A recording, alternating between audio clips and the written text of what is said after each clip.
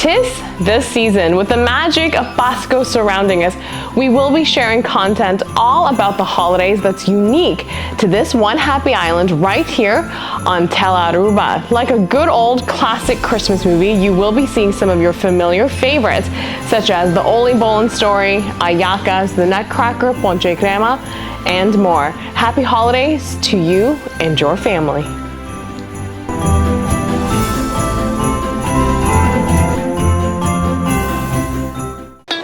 It is extremely important to me that the stories we share are authentic and that we strive to tell both perspectives. I've been a local to this remarkable island 3 times and a tourist too many times to count. Our Home Your Holiday celebrates Aruba. There's a reason why Arubans are so patriotic, and there's a reason why visitors keep coming back. Let's dive into the elements that makes Aruba our home and the perfect holiday.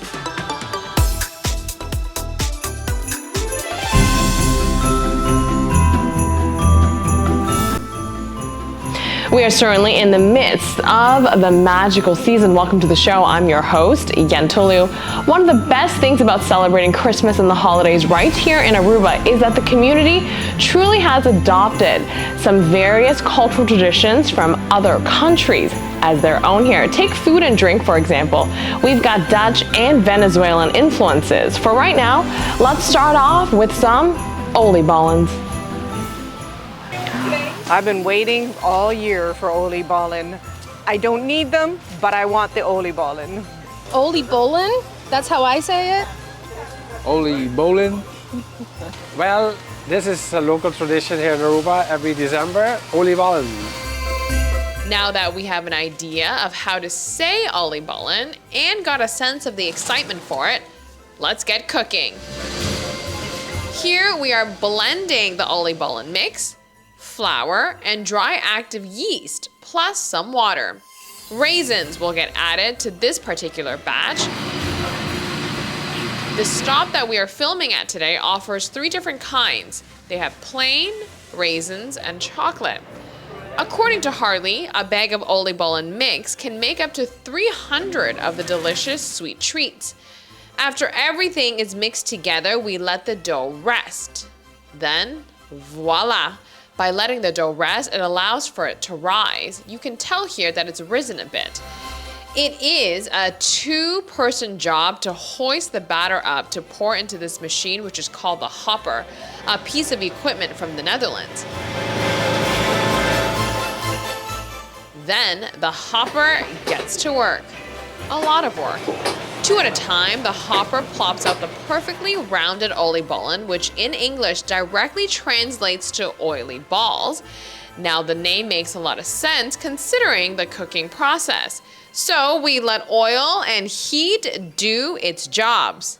While cooking is in process, you have to pay attention to continuously churn the crates accordingly to make room for new balls being dropped and to take out the ones that are done. Once the treats are nice and fried, they need to rest for a minute for the excess grease to drain. Then they are ready to be served, but there is something else needed to complete the Oli Bolin experience. We always ask them if they like powdered sugar. And we would either give them a little or a lot, because some of them love powdered sugar, and they say that this is what gives them the kick that they like. This is what they look forward to every year, so I don't think it's gonna get old ever. With the popularity of Oli Bolin during this time of year, with locals and tourists alike, shoppers are constant.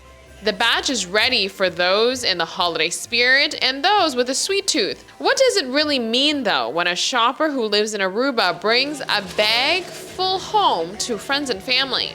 It's part of the Christmas season. It's part of the family tradition, so you can buy it, go home with it, make a nice cup of coffee or a nice cup of tea, and just enjoy with the family. Yeah, it's a tradition, and I've been doing that from it passed from my parents, and then I passed it over to my family. It's something about Christmas, the season to eat Oli Bolin. and it's a tradition. So I'm here to buy some. I mean, we just meld it with the Canadian traditions and some of the Aruban traditions to try to make it an international holiday. To locals, these round treats are meaningful. It brings joy into the household and also represents the most wonderful time of year is upon us. For tourists, it satisfies their palates but also adds to their holiday while visiting our home. When it comes to embracing local foods and what a destination has to offer, Jinjin Zhang from Delaware said it best. I think one thing that Anthony Bourdain used to say that, you know, you want to get out of the beaten path and go to this little place and try the food that locals will eat. And that's really the pleasure of the travel. We know almost nothing about it. We bought the Oling Ballin with chocolate. And we they're had delicious. them. Yes, we had them the other day, and they were delicious. So we decided to grab some more. Now, do you know that it's part of the holiday tradition here on the island? We were not aware of that. Nope. This is our first visit to the island. Yes. So you were just coming here because it's tasty? Yes, extremely. We love the fact that when we come here around Christmas time, it just feels different. All the Christmas musics and the Christmas trees, but everything is still themed with Aruba and the water and the beach. And so it's double happy. It's nice to celebrate the holidays. It's a little odd for us to even be thinking about the holidays because where we're from, it's 40 degrees right now, and Right, yeah. here it's sunny and Beautiful. and beautiful. So it's a little hard to think about the holidays at that moment. But it is nice to see what other people do around the holidays and what kind of treats they have. We want to try the local food as much as we can. And I think it's brought out the culture of a different country.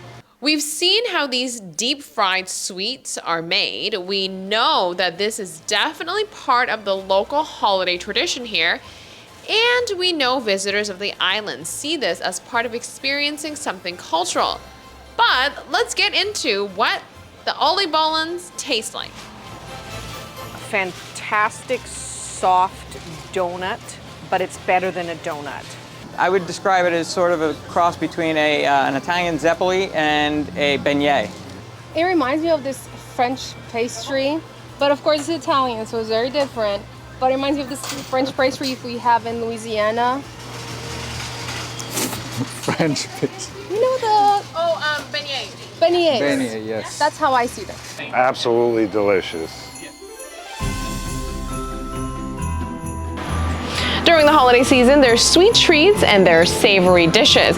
If you were to ask any Aruban family on the island about hallacas, they'd tell you the holiday season just wouldn't be the same without them. So let's head into the kitchen, a very foreign place for me, and see how they're made. We have a very special guest in the kitchen today. So of course, this is a themed holiday episode for our home, Your Holiday. And in Aruba, we are a very multicultural destination that's adopted quite a few traditions. We're gonna get into one right now. Our special guest, Araceli, speaks Spanish and I speak English, so we're gonna compromise with me speaking Papimento. Please be very forgiving, and Araceli is gonna continue in her native tongue. Araceli! Hi. Bom bini. Gracias. Daqui babin. Gracias. Bisami, Kiko buta kushina awe. Yo ahora estoy haciendo cómo armar la hallaca. Ya todo está preparado. Voy a poner aquí el guiso. El guiso está compuesto de carne, caliña y porco. Está así una hallaca. Y bon ara, ¿cuál país? Yo soy de Venezuela, tengo 4 años aquí en Aruba. Una tradición. Eso es una tradición familiar en Navidad. Nosotros tenemos un compartir familiar, de vecinos. Tú sabes, anteriormente intercambiábamos una hallaca con otra, un plato de comida con pan de jamón, pernil, ensalada de galiña y la hallaca no puede faltar. Perfect. Let's get to work. Araceli's says the most important part of the hallacas is the meat stew that makes up most of the filling. Her traditional family recipe from Venezuela calls for stew meat, pork, and chicken. To get the flavor really going, she throws in other ingredients such as onion, chives, paprika, garlic, celery, soy sauce, cooking wine, oil, stock cubes, and much more. So for the sake of TV time, Araceli did prepare the meat portion of the hallacas a night before, but even when it's not for recording or filming purposes, she says you should do that anyways, because then you let the meat soak in all the juices and you let it all marinate overnight. Then it all becomes tastier.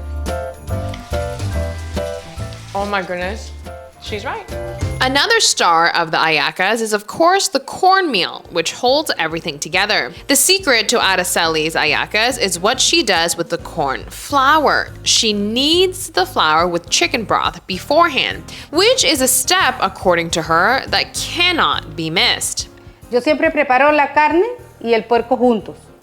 La galiña la preparo aparte. Hiervo la galiña, lavo bien la galiña, la hiervo, le coloco ingredientes para que quede un dulce sabor y uso esa agua para hacer la masa, que es esta agua, tengo aquí, que ya usé.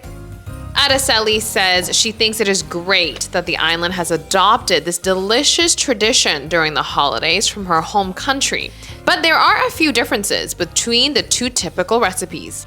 En Aruba normalmente le ponen, hacen su guiso con galiña, he visto, y también usan, yo uso rasenchi, en Venezuela se usa esta pasa pequeña, aquí usan la pasa más grande.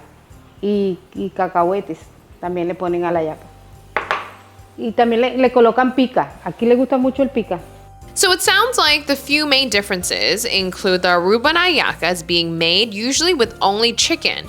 Instead of raisins, plums are in place, and some prefer it spicy. It is time to assemble and wrap. To start, make sure you have a piece of dry plantain leaf. Next, take a small ball of cornmeal and dip it in chicken broth. Then spread the cornmeal around the plantain leaf. Place a generous portion of the meat stew on top of the plantain leaf. Then top the filling off with ingredients such as carrots, green peppers, olives, and raisins. Time to wrap it all up. Give the cornmeal a bit of a shape before fully wrapping it. A ball of yarn is necessary. After the hallacas are all wrapped, drop them into a pot of boiling water to cook for approximately 45 minutes. With some TV magic, the 45 minutes is done and we can take one out of the pot to unwrap.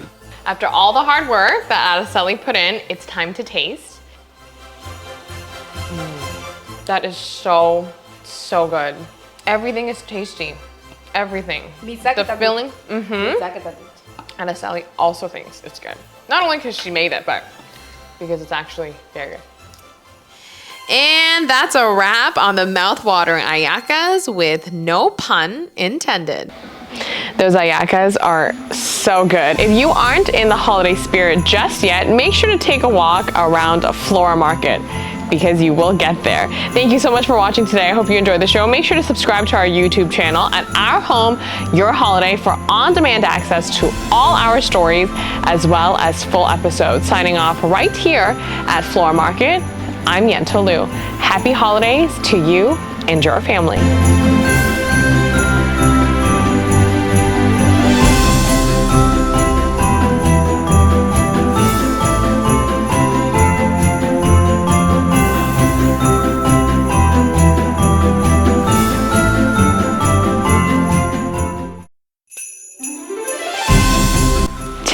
This season, with the magic of Pasko surrounding us, we will be sharing content all about the holidays that's unique to this one happy island right here on Tela Aruba. Like a good old classic Christmas movie, you will be seeing some of your familiar favorites, such as the Oli Bolin story, hallacas, the Nutcracker, Ponche Crema, and more. Happy holidays to you and your family.